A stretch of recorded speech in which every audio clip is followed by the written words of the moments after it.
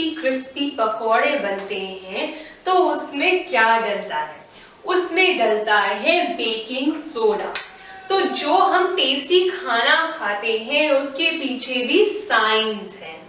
सो आज जो हम टॉपिक पढ़ने वाले हैं वो है एसिड्स, बेसिस एंड सॉल्ट्स का एक लास्ट पोर्शन। सॉल्ट्स कुछ बच गए थे, पिछली वीडियो में आगे डिस्कस हुए थे ब्लीचिंग पाउडर तक, यहाँ पे शुरू करेंगे आगे।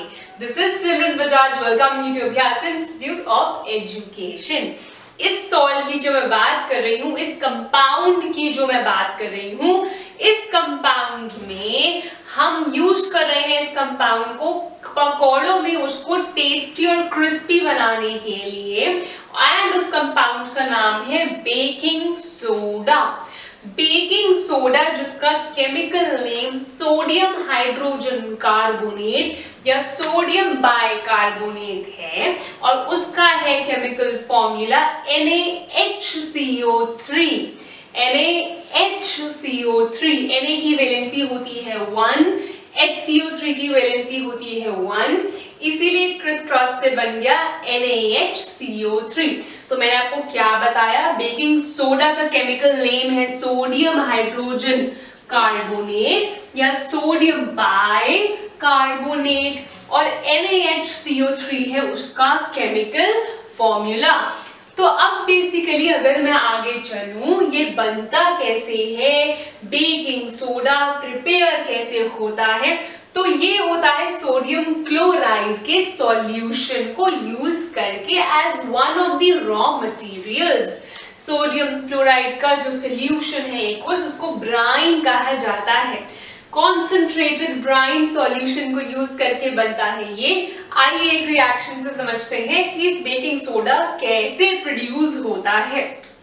तो क्या लेंगे, हमने बोला कि हम NaCl सोडियम क्लोराइड के सॉल्यूशन को यूज कर रहे हैं, उसमें डालेंगे पानी विच इज H2O, हम उसमें डालेंगे carbon dioxide which is CO2, साथ में मिलाएंगे अमोनिया विच इज NH3। हमें मिलेंगे दो कंपाउंड्स, मैंने अभी क्या मिलाया, अमोनिया। क्या मिलाया, अमोनिया। हमें मिलेंगे दो कंपाउंड, सबसे पहला होगा NH4Cl, NH4Cl जिसकी केमिकल नेम्स और वैलेंसीज अच्छे से आती है, आपको पता है ये बना है हमारा अमोनियम क्लोराइड, और साथ में हमें मिला हमारा बेकिंग सोडा जिसका फॉर्मूला है NaHCO3, और ये है हमारा बेकिंग सोडा या सोडियम हाइड्रोजन कार्बोनेट। अब अगर आपको ये रिएक्शन क्लियर है तो उसको बहुत अच्छे से याद कर लो, लिख लो। 1 या 2 मार्क में पूछ ही लिया जाता है, पेपर्स में अनगिनत बार आ चुका है। आगे चलते हैं, इसका pH क्या है। ये बेसिक इन नेचर है, इसका जो pH है वो जनरली 8.4 के करीब होता है। बेकिंग सोडा के सॉल्यूशन की बात करूं 8.4 के करीब होता है, मोर देन 7 है, इसीलिए हम बोलते हैं मोर देन 7 में भी 8.4 के करीब है। तो ये एक बेसिक सॉल्ट है, नॉन कोरोसिव है, माइल्ड है, क्योंकि जितना ज्यादा pH होता है उतना ज्यादा वो स्ट्रॉन्ग होता रहता है बेस में, एंड इसीलिए आप आगे जाके देखेंगे वो एंटासिड्स में भी यूज होता है स्टमक की एसिडिटी रिलीव करने के लिए। और अगर आप बेकिंग सोडा को हीट करेंगे, एक डीकॉम्पोजिशन रिएक्शन होगा, थर्मल डीकॉम्पोजिशन यूजिंग हीट होता है ना डीकॉम्पोजिशन, तो उसको थर्मल कहते हैं ना, थर्मल डीकॉम्पोजिशन। तो जब भी मैं NaHCO3 को हीट करूंगी, आप एक ट्रायंगल का साइन भी बना सकते हैं, उसको भी हीट से हीट के लिए यूज करते हैं, तो मुझे मिलेगा sodium carbonate Na2CO3, because sodium की वैलेंसी 1 होती है, कार्बोनेट की 2 होती है, तो Na2CO3 हो गया, साथ में मिलेगा H2O और उसके बाद मिलेगा CO2। तो ये हो गया, बैलेंस करना जरूरी है, Na यहाँ पे 2 है तो यहाँ पे भी एक 2 आ जाएगा, और H2 बैलेंस, C हमारा हो गया 2, C यहाँ भी हो गया 1 2 बैलेंस, O मेरा 3 2 6 है यहाँ पे, 3 4 5 6 एब्सोल्युटली बैलेंस्ड है ये इक्वेशन। और ये मेरे पास आ गया सोडियम कार्बोनेट। क्या आ गया? Sodium carbonate. तो जब मैंने NaCO3 को हीट किया, थर्मल डिकम्पोजिशन हुआ, काफी सारे प्रोडक्ट्स आए जिसमें से एक था सोडियम कार्बोनेट। आगे जाके देखेंगे ये सोडियम कार्बोनेट वॉशिंग सोडा बनाने के काम आएगा। अब बेसिकली अगर आपको इतना क्लियर हो गया तो आगे चलते हैं। हम बोल रहे हैं बेकिंग सोडा के क्या क्या यूजेस हैं। तो सबसे पहले ये बेकिंग पाउडर बनाने के काम आता है। जब भी मैं बेकिंग सोडा में एक माइल्ड एडिबल खाया जा सके जो एसिड वो यूज करूंगी, तो तब मुझे बेकिंग पाउडर मिलता है। एंड याद रखेंगे, हम यहाँ पे जो एसिड जनरली यूज करते हैं वो टार्टरिक एसिड होता है। तो हमने एडिबल एसिड कौन सा यूज किया बेकिंग सोडा के साथ? Tartaric acid. And tartaric acid generally tamarinds में होता है, इमली में होता है। सो बेसिकली अगर मैं किसी रिएक्शन की बात करूं, उसको एक थोड़ा सा ब्रीफ बताना चाहूं तो क्या होगा, जब भी मैं बेकिंग सोडा के साथ टार्टरिक एसिड मिला रही हूं तो उसमें H+ आयंस होंगे। टार्टरिक एसिड का जो केमिकल फॉर्मूला है, जो उससे कंपाउंड बनता है आगे जाके, वो बहुत ही कॉम्प्लेक्स है, इसलिए आपको नहीं करना अभी के लिए, बुक में भी नहीं है। सो उससे जो बेसिकली H+ आयंस आएंगे उस एसिड के, वो जब रिएक्ट करेंगे हमारे सोडियम हाइड्रोजन कार्बोनेट के साथ, तो हमें क्या मिलेगा? हमें, आपको पता है जब भी एसिड और हाइड्रोजन कार्बोनेट रिएक्ट करता है तो क्या आता है? हमारे पास salt plus H2O plus CO2 आता है। तो हमारे पास सोडियम सॉल्ट आ जाएगा ऑफ दैट एसिड, हमें मिलेगा साथ में H2O, साथ में हमारे पास आएगा CO2। और इस CO2 के तो बहुत ही फायदे होते हैं, अभी करेंगे। एंड जनरली जब हम एसिड में टार्टरिक एसिड यूज करते हैं, उसके H+ आयंस जब इसके साथ कंबाइन होते हैं तो हमें सोडियम टार्टरेट मिलता है। क्या मिलता है? Sodium tartrate. बुक में मेंशन नहीं है, एक एक्स्ट्रा इंफॉर्मेशन की तरह आपके लिए मैंने किया इसको प्रेजेंट। और यही CO2 जो हमारे पास आ रही है, हमने अभी क्या देखा? हमने देखा कि बेकिंग सोडा से बेकिंग पाउडर कैसे बना? By adding mild edible acid tartaric acid.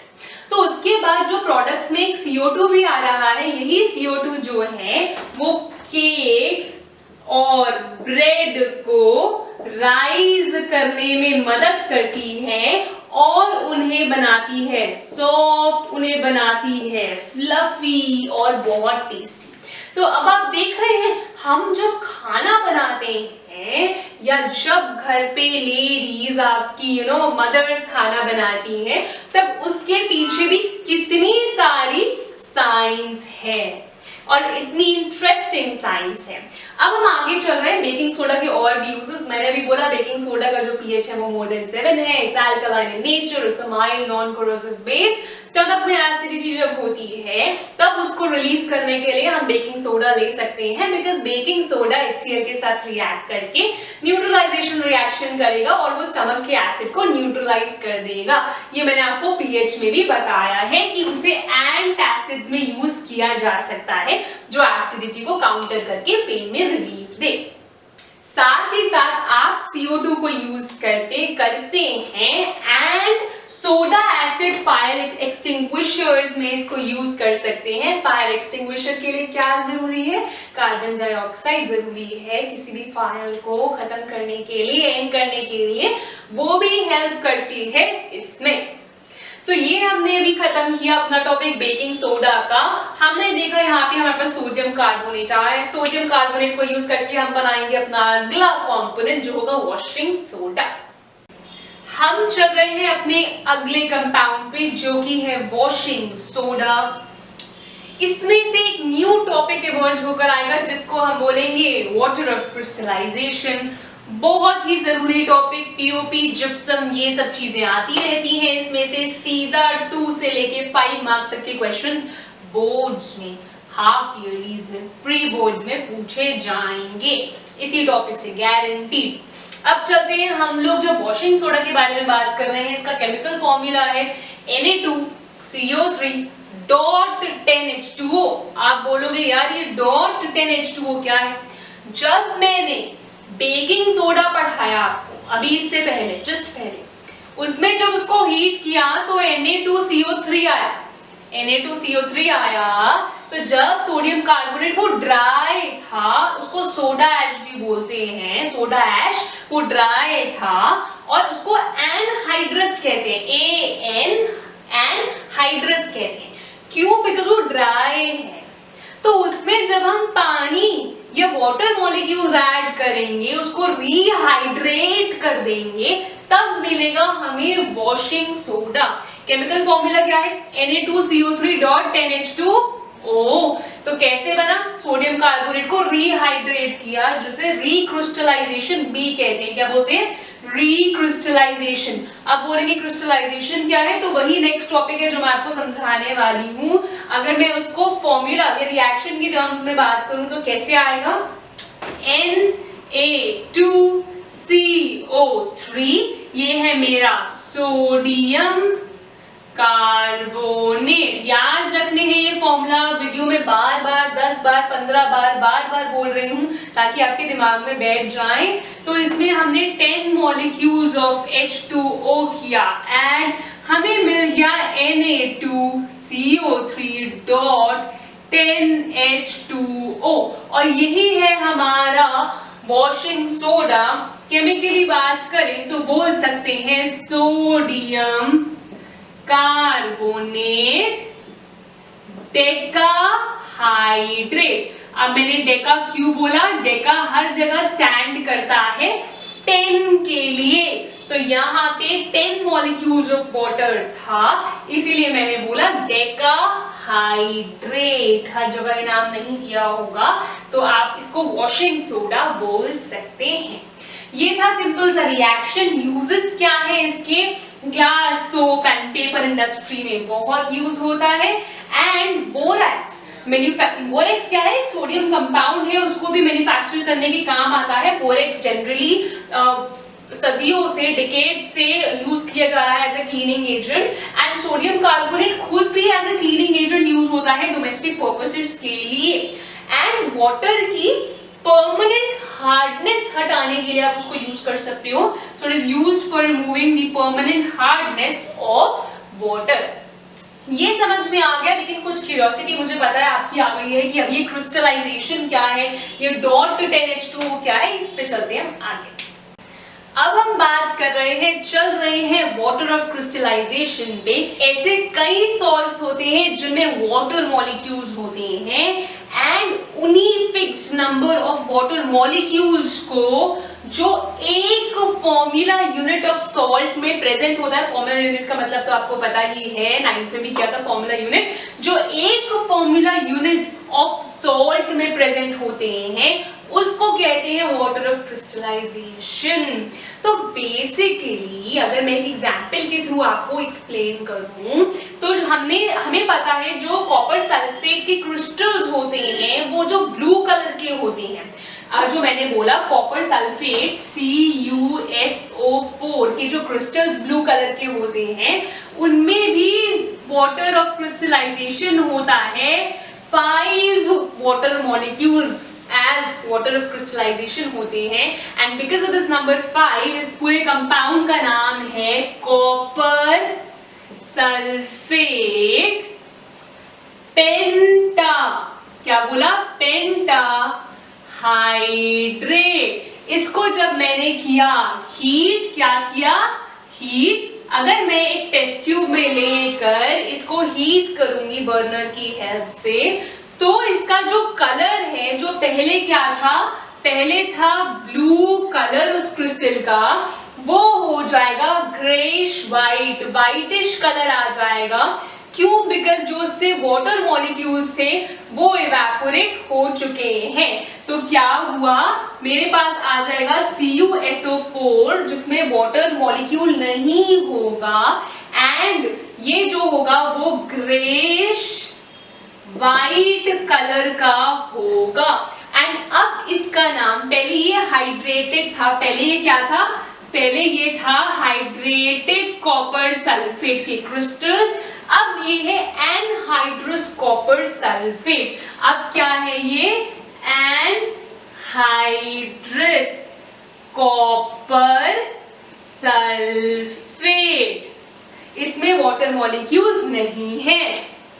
जब आप वापस इस एनहाइड्रस कॉपर सल्फेट में ऐड करोगे पानी, ऐड करोगे वाटर मॉलिक्यूल्स, वो वापस रिटेन कर लेगा अपना ब्लू कलर और हाइड्रेटेड हो जाएगा।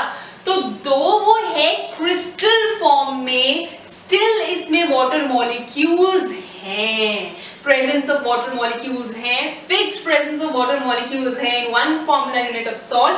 उसी को कहते हैं वाटर ऑफ क्रिस्टलाइजेशन, और उसी जितने मॉलिक्यूल्स हैं उसके बेसिस पे उसका नाम भी रखा जाता है। जैसे कि यहाँ पे डेका बोला फॉर 10 वाटर मॉलिक्यूल्स, या पेंटा बोला।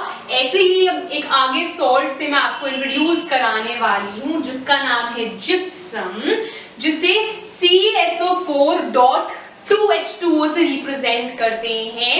दो वाटर मॉलिक्यूल्स है वाटर ऑफ क्रिस्टलाइजेशन, इसीलिए उसको ये तो हो गया हमारा calcium sulphate, calcium sulphate CaSO4।